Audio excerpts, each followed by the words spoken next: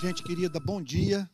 Eu vou pedir que você que está me acompanhando nessa manhã pelo canal de YouTube da Igreja Presbiteriana da Barra e pelo meu canal Figura Pública de Facebook, que abra a Bíblia na carta de Paulo aos Filipenses, capítulo 1, para a leitura do verso 12.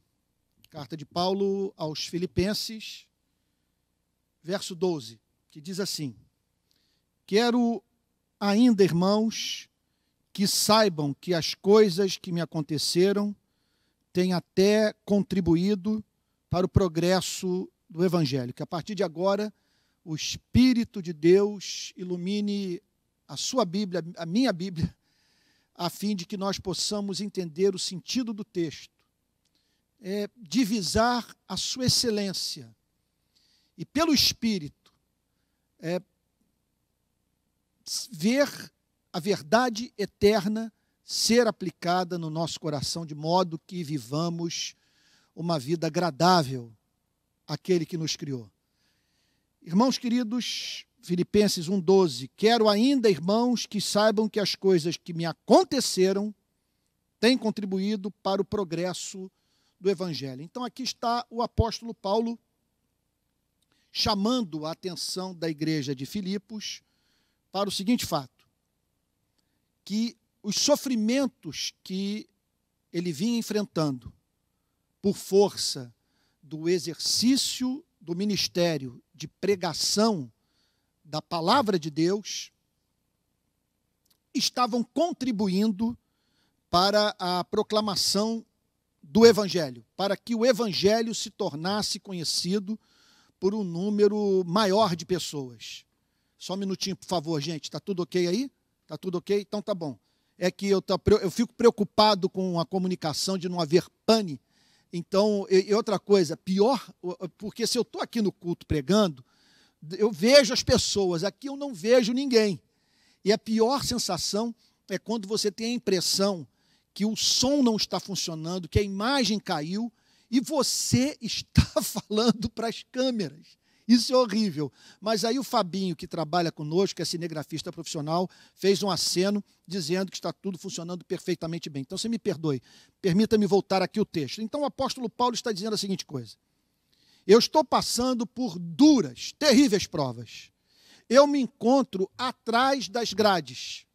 O poder público entendeu que uma pessoa como eu é uma grave ameaça à ordem pública.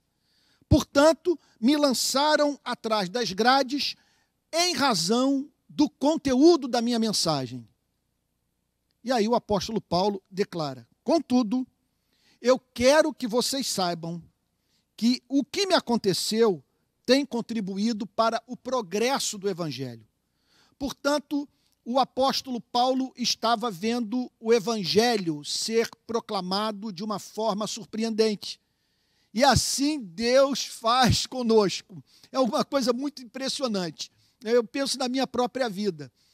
Eu sempre pensei em me dedicar exclusivamente ao trabalho de pregação. E naquela esperança de que, por meio da dedicação exclusiva ao trabalho de pregação no púlpito de uma igreja, eu alcançaria, sabe, as pessoas para o Evangelho, que pessoas conheceriam Jesus Cristo através desse trabalho. E associado a isso, escrever livros, o uso da televisão. Durante 10 anos eu tive um programa de televisão e muito me alegrava com toda aquela dinâmica, plantando igreja, escrevendo livros, usando o canal de televisão. Foram 10 anos de pregação pela TV Bandeirantes, por uma outra emissora que eu acho que CNT, e ainda aos 5 minutos nas madrugadas da TV Globo, lá nos anos 90, se não me falha a memória. Nos anos 90. Então, tudo aquilo me encantava, tudo aquilo me trazia um retorno, e eu via pessoas se convertendo, igrejas sendo plantadas. Mas não poderia jamais imaginar que a guinada que houve no meu ministério a partir do ano de 2007 representaria uma plataforma, olha, com todas as lutas, com todas as perseguições, com todas as ameaças, todas as noites mal dormidas, mas que a partir daquela plataforma eu alcançaria milhares e milhares de pessoas, o que até então jamais havia acontecido no meu ministério. Bom, é claro que eu agradeço a Deus por Ele não ter, até agora pelo menos, decretado para a minha vida a divulgação do Evangelho por meio do meu ministério, através de um sofrimento tão agudo como que o apóstolo Paulo teve que enfrentar. Para mim, as coisas, quando comparadas à vida de um homem como o apóstolo Paulo, e poderia mencionar David Brainerd e o Hudson Taylor, meu Deus, que esses homens tiveram que enfrentar por causa do Evangelho. O reverendo Antônio Elias, que plantou a igreja presbiteriana Betânia, onde eu me converti, da qual essa igreja é filha, que pregava o Evangelho naquele período que os evangélicos eram chamados de bodes. E o reverendo, me lembro dele ter me contado de viver experiência de, durante o ato da pregação, de pedras serem lançadas nele.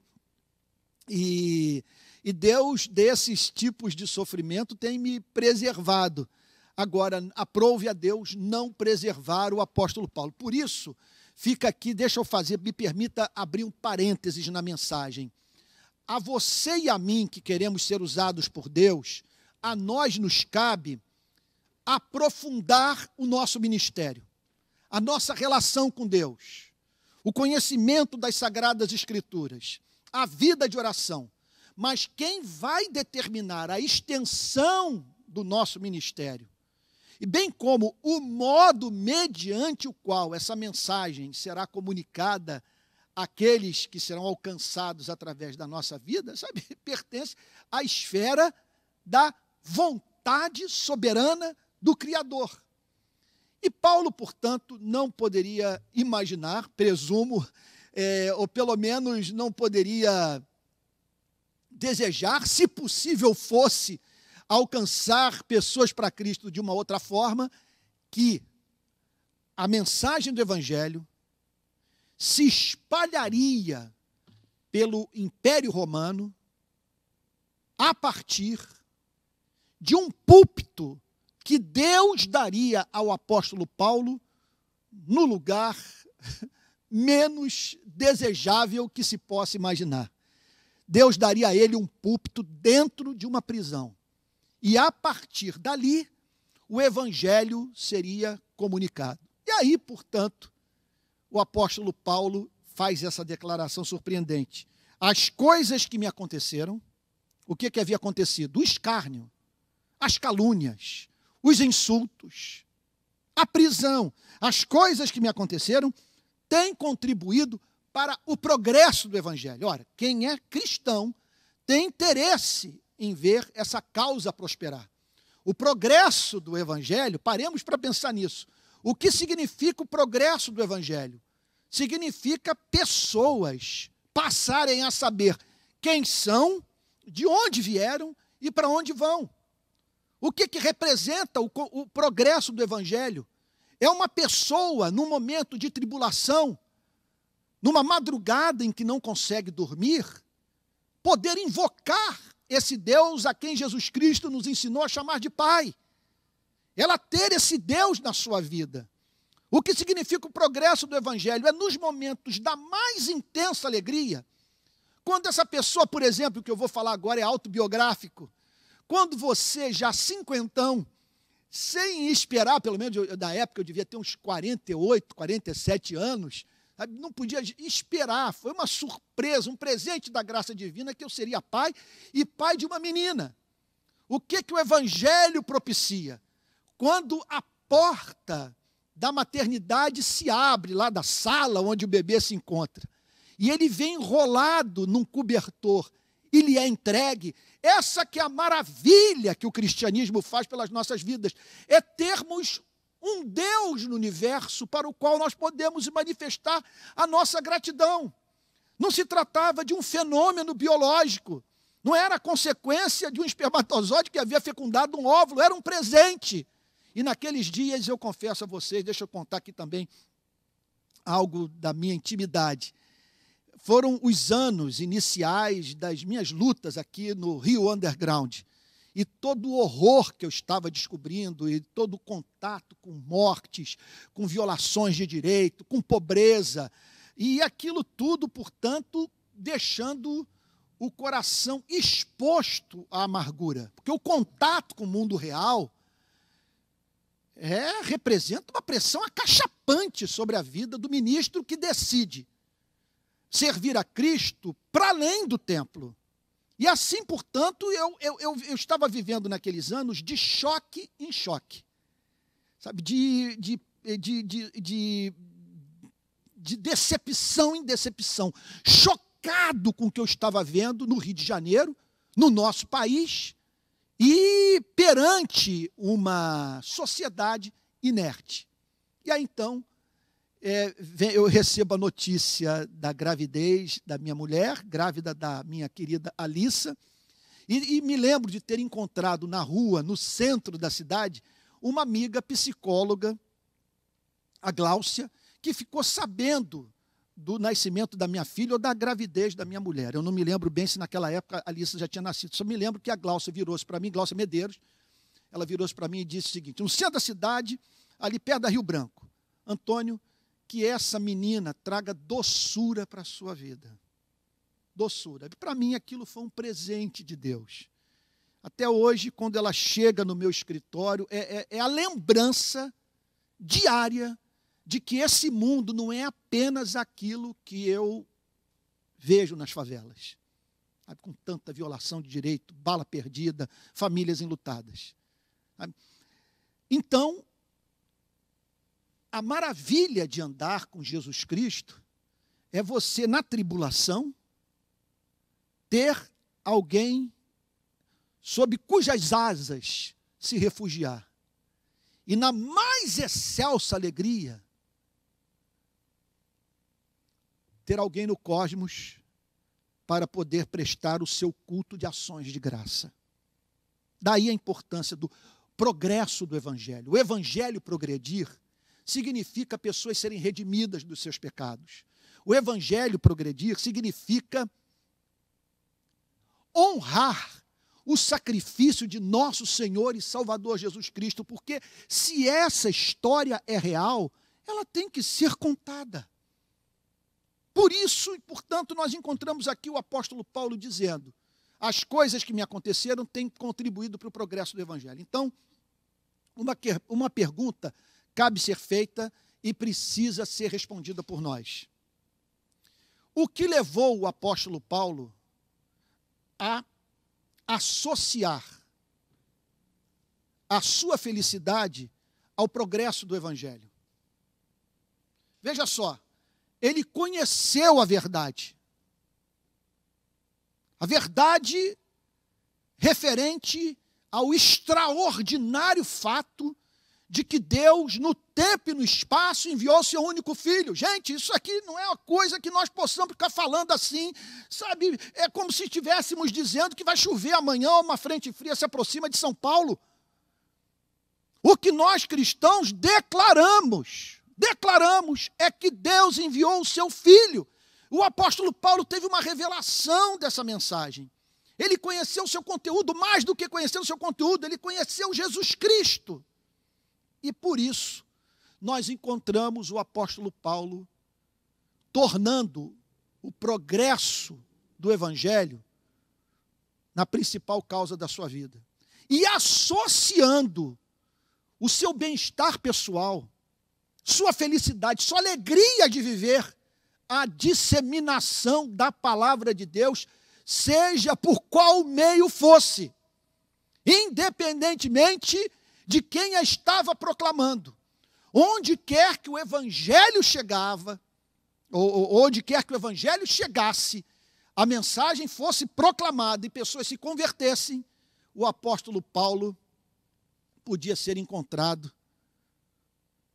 Quer dizer, na verdade é o seguinte, dando graças a Deus pela boa nova da prosperidade da boa nova. É a boa nova da boa nova. A boa nova está sendo proclamada. E o apóstolo Paulo recebia essas informações do campo missionário e se regozijava. E pelo mesmo motivo, ele se alegrava pelo fato do seu sofrimento estar contribuindo para o progresso do Evangelho. Pare para pensar nisso. Pare para pensar. O que significa você parar numa prisão no primeiro século? Atrás das grades. Privado do seu direito de ir e vir. Imagine isso. Num mundo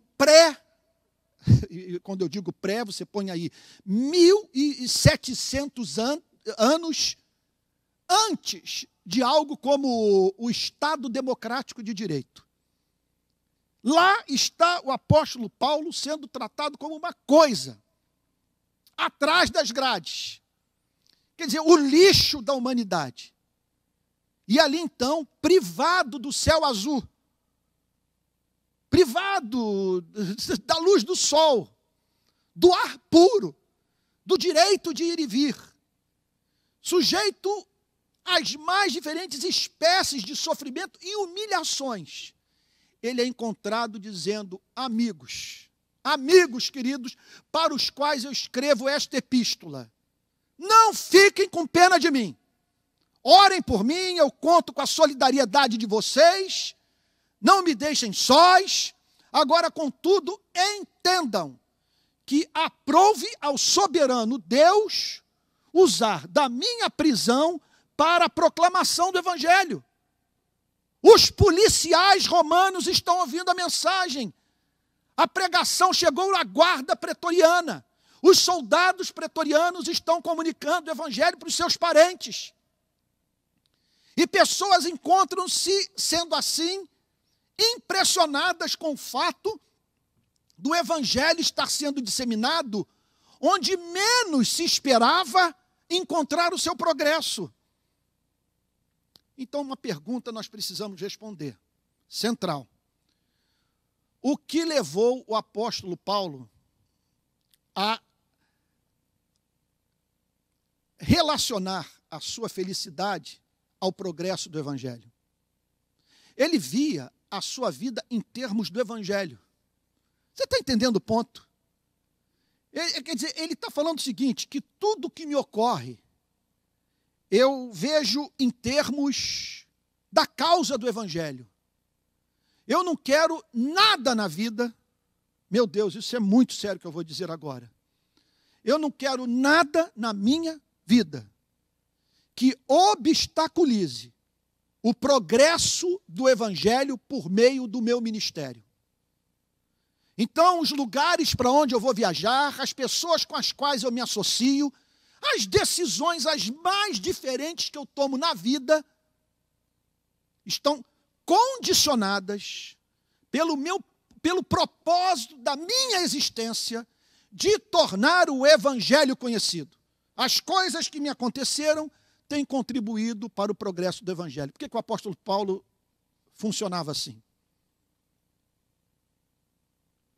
Porque administrava a sua vida dessa forma. O que o Evangelho representava para ele, a ponto de levá-lo a agradecer a Deus por uma prisão, em razão do fato de ter divisado, naquele encarceramento, uma oportunidade de tornar Jesus Cristo conhecido. Há 3 respostas para essa pergunta nessa passagem maravilhosa, e é uma pena que eu não tenho tempo de expor o texto na sua totalidade, riquíssimo. Mas a primeira resposta para essa pergunta se encontra no próprio verso 12. Quero ainda, irmãos, que saibam que as coisas que me aconteceram têm até contribuído para o progresso do Evangelho. Veja só. Não é que a causa republicana estava progredindo. Não é que a causa da democracia ou dos direitos constitucionais estava avançando. O que ele está dizendo aqui, embora tudo isso tenha o seu espaço, tudo isso tem seu valor. Veja só, o que trazia alegria, o que ele o levava a encontrar motivo de gratidão a Deus no fato de estar preso,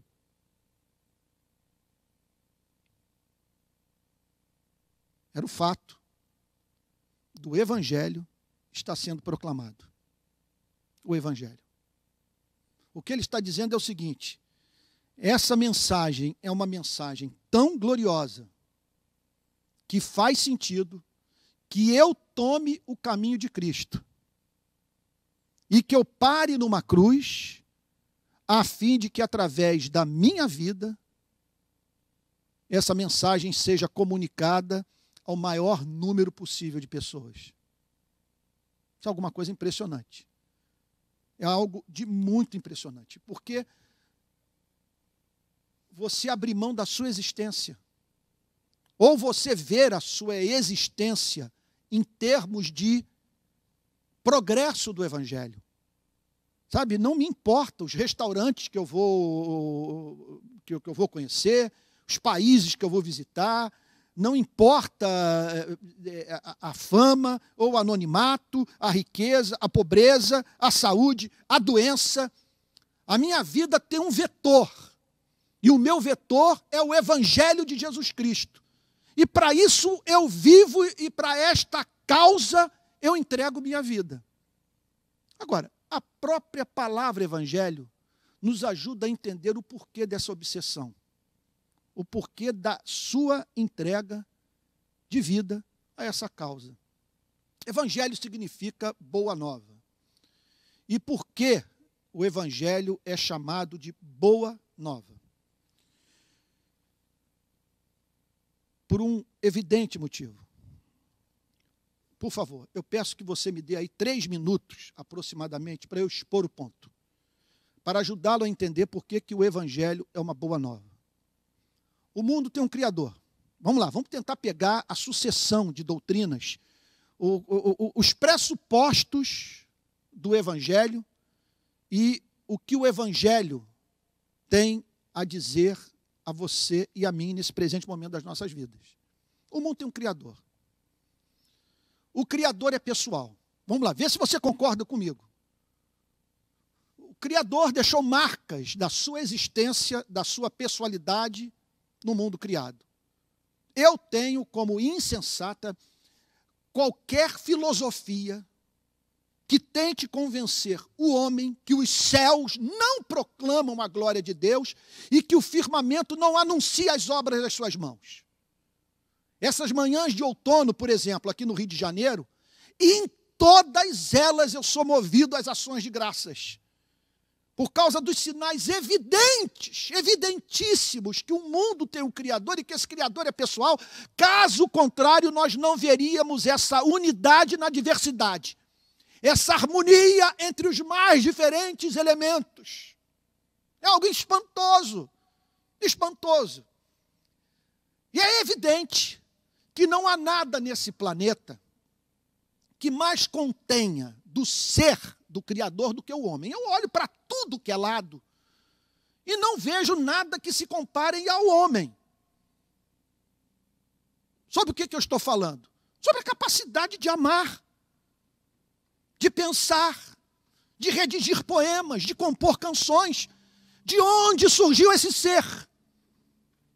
Como que poeira estelar culminou no Hamlet de William Shakespeare, ou num Dom Quixote de La Mancha de Miguel Cervantes, ou numa recordação da Casa dos Mortos de Dostoiévski. Portanto, somos levados a crer que os seres humanos foram feitos à imagem e semelhança do seu Criador. Que seres humanos têm no seu ser, no cerne da sua vida, algo que pode ser chamado de consciência.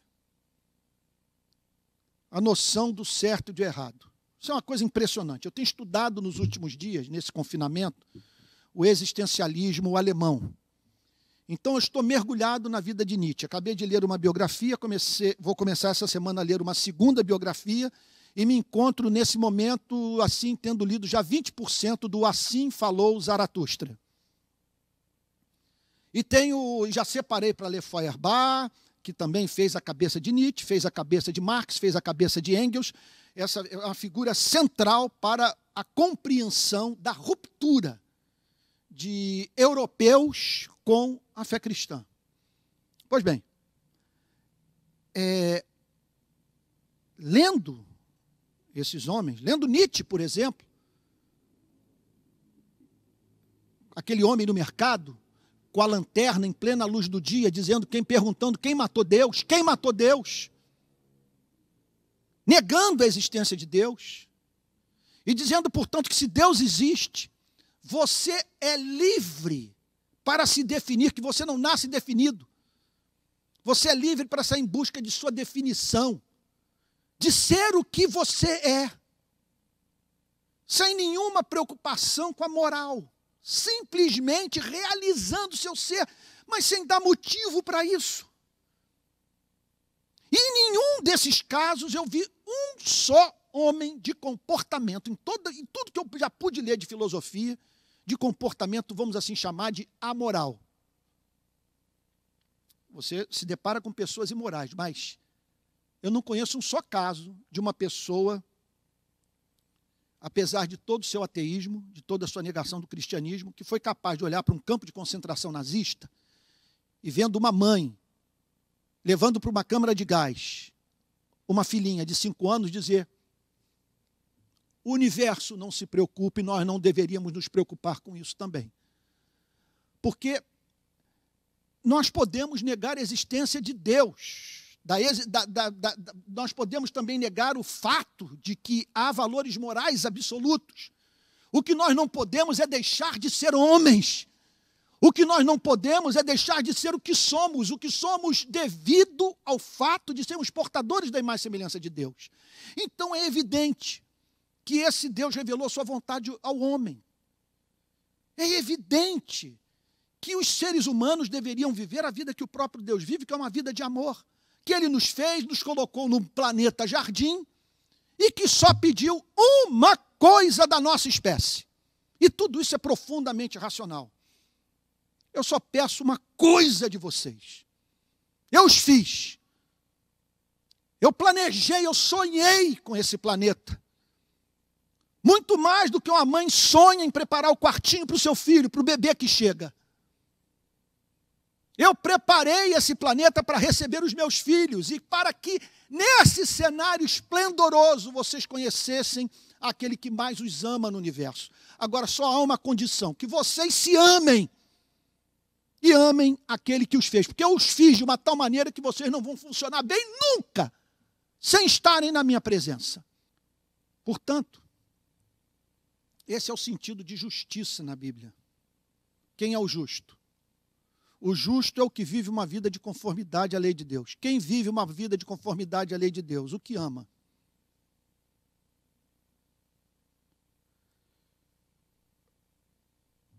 E a Bíblia declara que o reino dos céus é dos justos, que os justos têm suas orações ouvidas por Deus, que os justos são o deleite do coração de Deus. Mas quem pode ser justo no mundo como esse? O Evangelho responde essa pergunta. O que a mensagem do Evangelho proclama é que Deus decidiu preservar o planeta e os homens, dando-lhes a oportunidade de arrependimento. Eu tenho como torná-los justos de uma forma diferente da que inicialmente eu lhes propus. Inicialmente eu propus a vocês que vocês vivessem uma vida de justiça mediante o amor. Se vocês amassem, vocês viveriam uma vida de conformidade à minha lei e seriam considerados por mim justos. E devido à minha natureza santa, aos meus pactos, eu seria movido a abençoá-los, a me revelar a vocês, a sorrir para vocês e chamar a natureza para participar dessa celebração.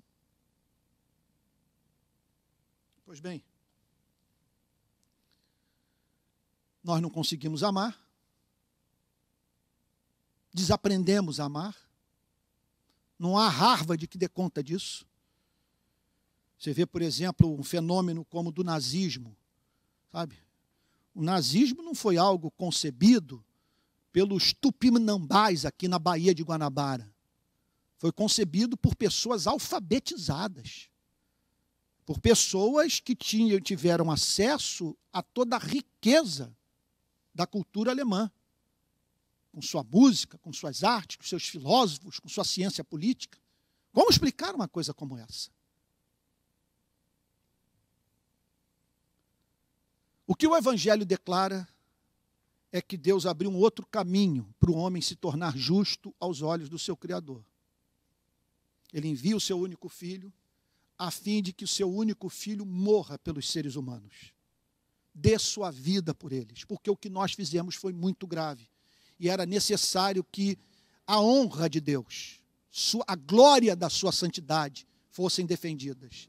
Não bastava um mero passar de mãos. Era necessário que Deus perdoasse, mas de modo justo. Por isso que os teólogos dizem que na cruz a justiça e o amor se beijaram, porque na cruz Deus satisfaz as demandas da sua justiça, perdoando o homem de modo justo.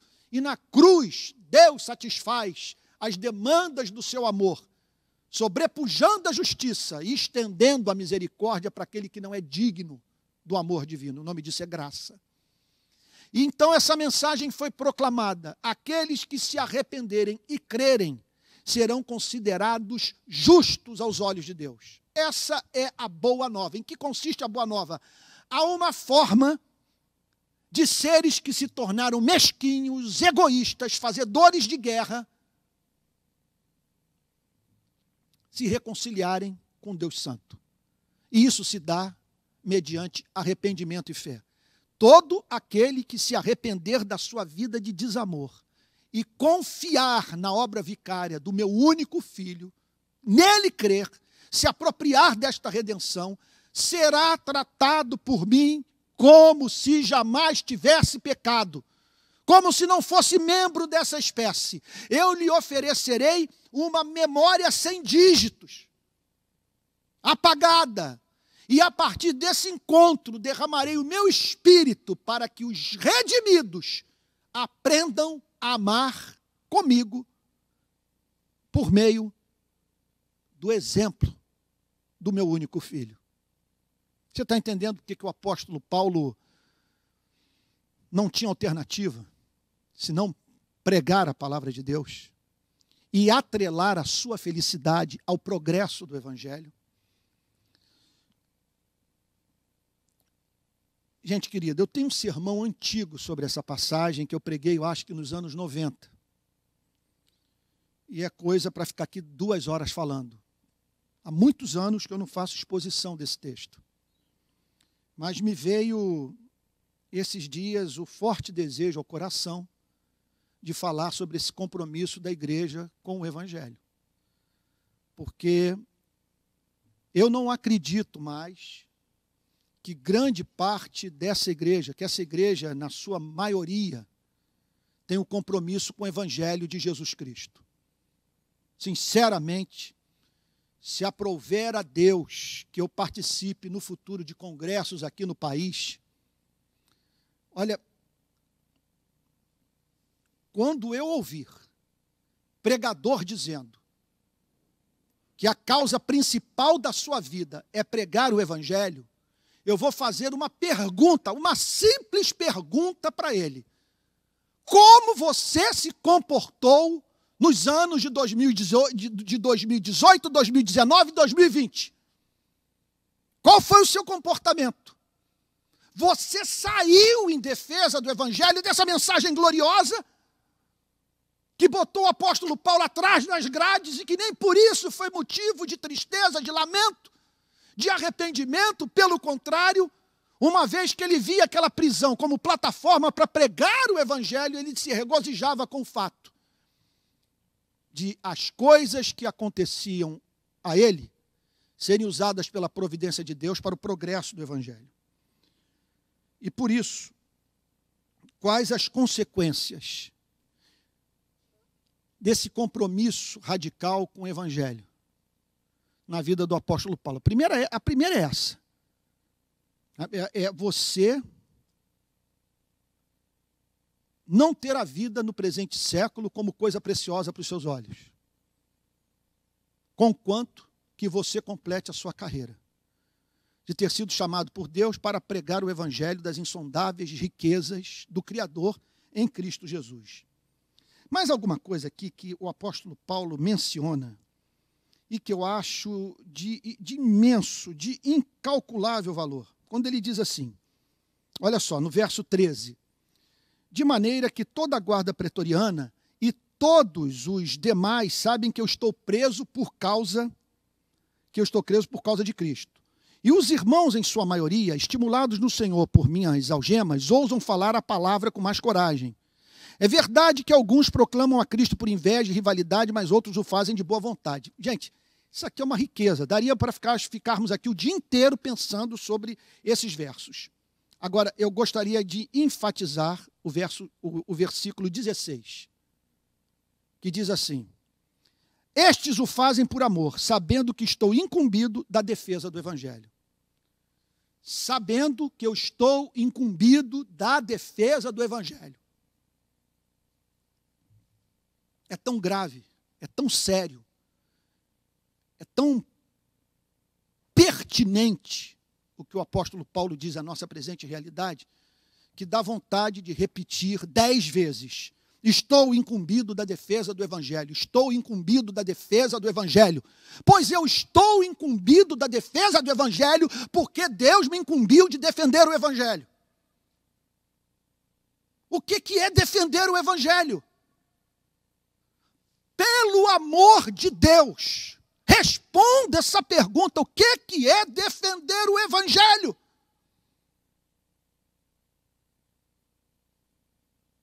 Ah, mas Deus não precisa de defesa. O texto está dizendo que o evangelho está sob a custódia da igreja. E a igreja, portanto, foi incumbida por Deus de defender o evangelho de Jesus Cristo. Quando que a igreja defende o evangelho de Jesus Cristo? Pergunta que dá margem para muitas respostas. Por favor, permita-me ater apenas 3 delas. Número 1. A igreja defende o evangelho quando ela não permite que o seu conteúdo seja descaracterizado. Ela defende o evangelho quando não permite que um outro evangelho seja proclamado. O que significa não permite? Que pelo menos ela faça o dever de casa de não tolerar no seu seio quem descaracteriza, por meio daquilo que ensina e prega, o conteúdo central do evangelho. É claro que ela não vai usar da espada, não vai usar da pistola, do fuzil. Mas ela não se silenciará quando os adversários de dentro, que eu vou lhe dizer, são 1000 vezes piores do que qualquer pagão ou do que qualquer movimento político que mova os seus partidários a querer a morte dos cristãos. Não há nada que mais cause estrago à causa do cristianismo do que os que se dizem cristãos pregarem um evangelho que vá além do evangelho que nos é revelado pelas Escrituras do Novo Testamento.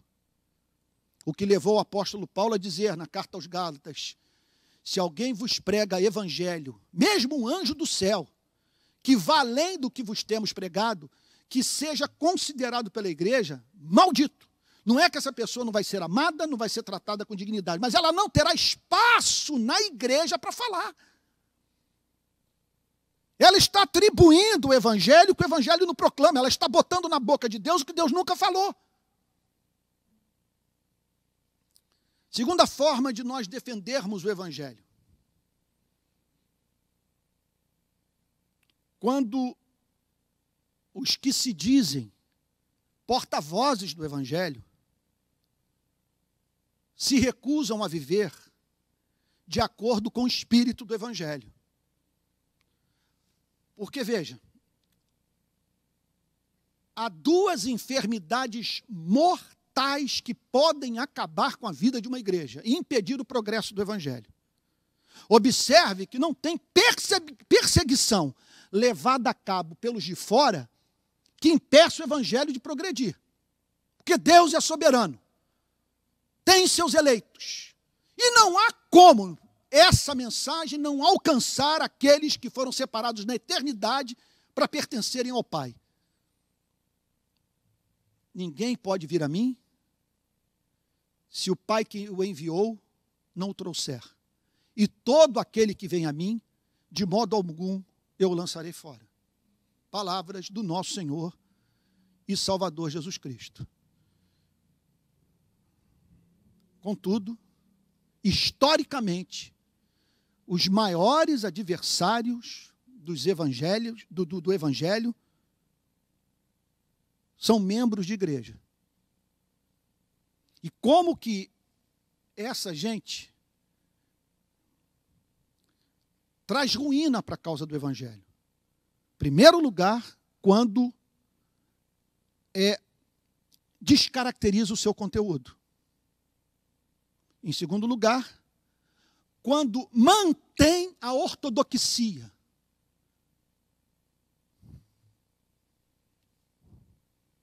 Mas sem a apresentação de um testemunho de vida condizente com a mensagem do evangelho.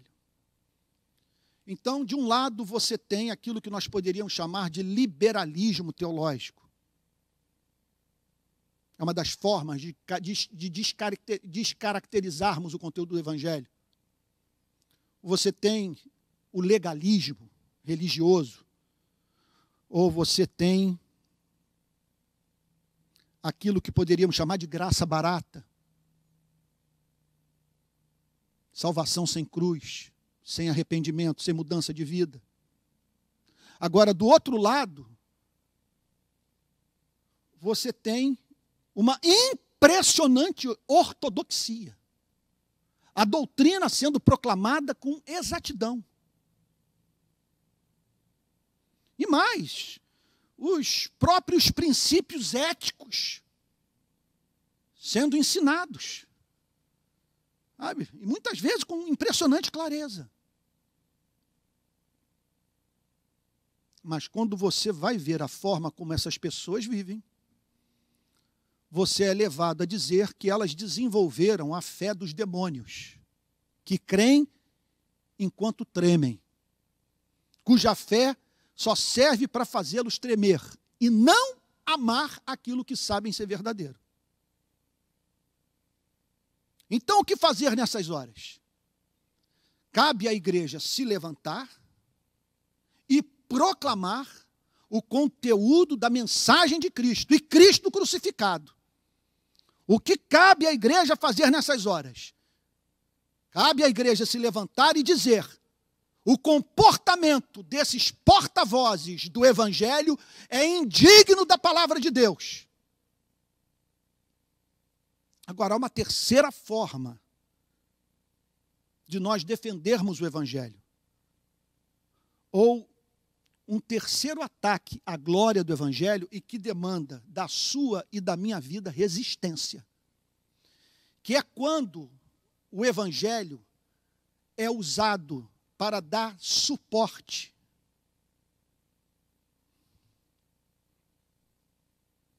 intelectual para ideologias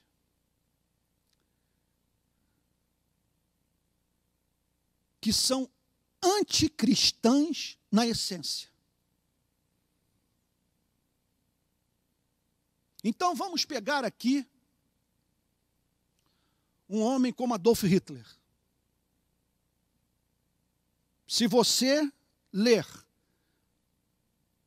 o seu livro Mein Kampf, que serviu de fundamento para o nazismo, que foi best-seller na Alemanha nos anos 30 do século XX, você perceberá Hitler falando sobre Deus. E chegando ao ponto de dizer que a vontade de Deus é revelada na própria criação. É incrível isso. Quando tentaram matá-lo colocando uma bomba debaixo da sua mesa, e a bomba explodiu, e contudo, Hitler não foi morto naquele atentado. Contam que o que ele declarou no minuto seguinte ao livramento foi a seguinte coisa: e ainda dizem que Deus não está comigo. Ele estava certo que servia a Deus e chamava os seus contemporâneos para olharem para Darwin, olharem para a evolução das espécies, a fim de entenderem que o exemplar mais capaz de cada espécie deve prevalecer sobre os demais. É esse que deve ter continuidade de vida. Todos os demais devem manter uma relação de subserviência até a morte em relação a esses. E que no que tange a humanidade não há exemplar melhor do que a raça ariana. Que a raça ariana, portanto, precisava de espaço. Tinha que invadir a Polônia, tinha que invadir a Tchecoslováquia, tinha que invadir a França. Se espalhar pelo mundo a fim de elevar o nível de glória da espécie humana. Falando sobre Deus. Luteranos abriram igrejas do Partido Luterano. Nazista. Igrejas nazistas luteranas.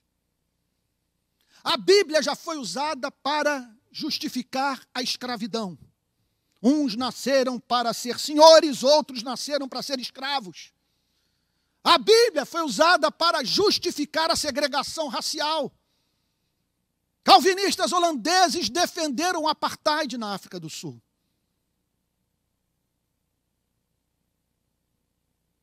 Nessas horas, a igreja tem obrigação de se levantar e dizer: tire o evangelho disso. Então entenda. Você e eu fomos chamados para defender o evangelho. Mais do que isso, dar a vida pelo evangelho. Fazer do progresso do evangelho o principal vetor da nossa vida. Por quê? Porque o evangelho é santo, porque o evangelho é glorioso, porque o evangelho proclama que Deus amou o mundo de tal maneira que deu seu Filho unigênito para que todo aquele que nele crê não pereça, mas tenha vida eterna. Essa mensagem tem que ser proclamada e preservada, guardada sem mácula. Nós não podemos de modo algum permitir que seja emitida nota para o mundo que leve pessoas a crerem que o evangelho é o exato oposto do que Jesus Cristo ensinou. Portanto, o que nos cabe fazer? Defender o evangelho.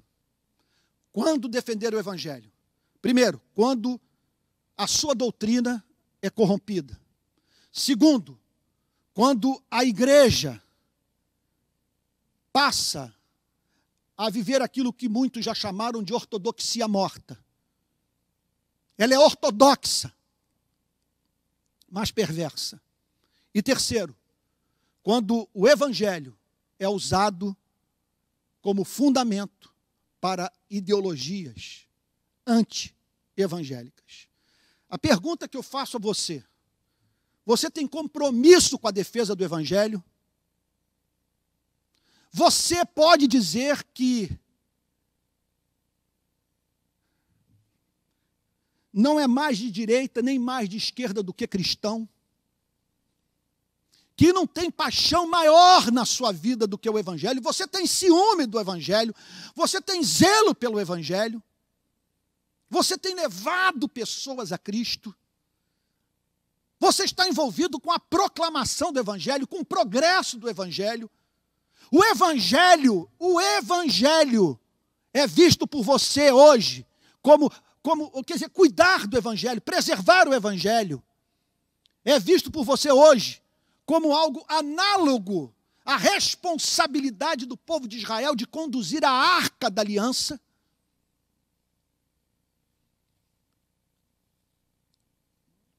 Vou falar de uma forma mais contundente ainda.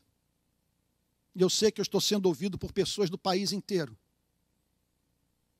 Você teme a Deus?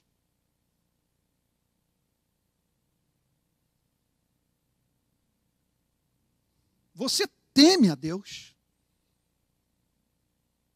Você sabe que caso você se cale diante da deformação de mensagem tão sublime, você terá que prestar contas dessa falta de pulso, de fibra, de caráter, de coragem, de autonomia diante de Deus? Que a igreja pode murchar? Olha para o livro de Apocalipse. Eu vou remover a luz que acendi nessa cidade. Essa igreja, portanto, deixará de existir.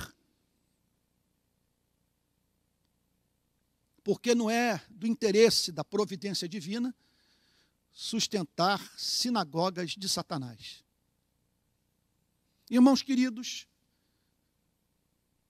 quem tem me acompanhado sabe que eu estou aqui há 2 meses e meio, basicamente trazendo mensagens de consolação para a igreja. Não tem sido fácil o meu ministério nessa época. Eu peço que você não fique com pena de mim, só ore. Porque são vários problemas acontecendo ao mesmo tempo e que demandam pregações das mais diferentes naturezas. Eu não posso estar comprometido com uma espécie de pregação assimétrica. Não há como, num momento como esse, eu só me ater ao trabalho de consolação, quando eu preciso exercer um ministério de denúncia profética. Eu não posso me ater a um ministério de denúncia profética quando tem tanta gente sofrendo horrivelmente. Encontrar esse equilíbrio requer sabedoria salomônica. E hoje, depois de ter orado, me veio ao coração de sair um pouco dessa tônica de consolação dos últimos dias. São dezenas de vídeos de consolação, de podcasts, de artigos. Basta você consultar lá e ver. E muitos eu sei que você tem recebido. Mas o faço por força das circunstâncias.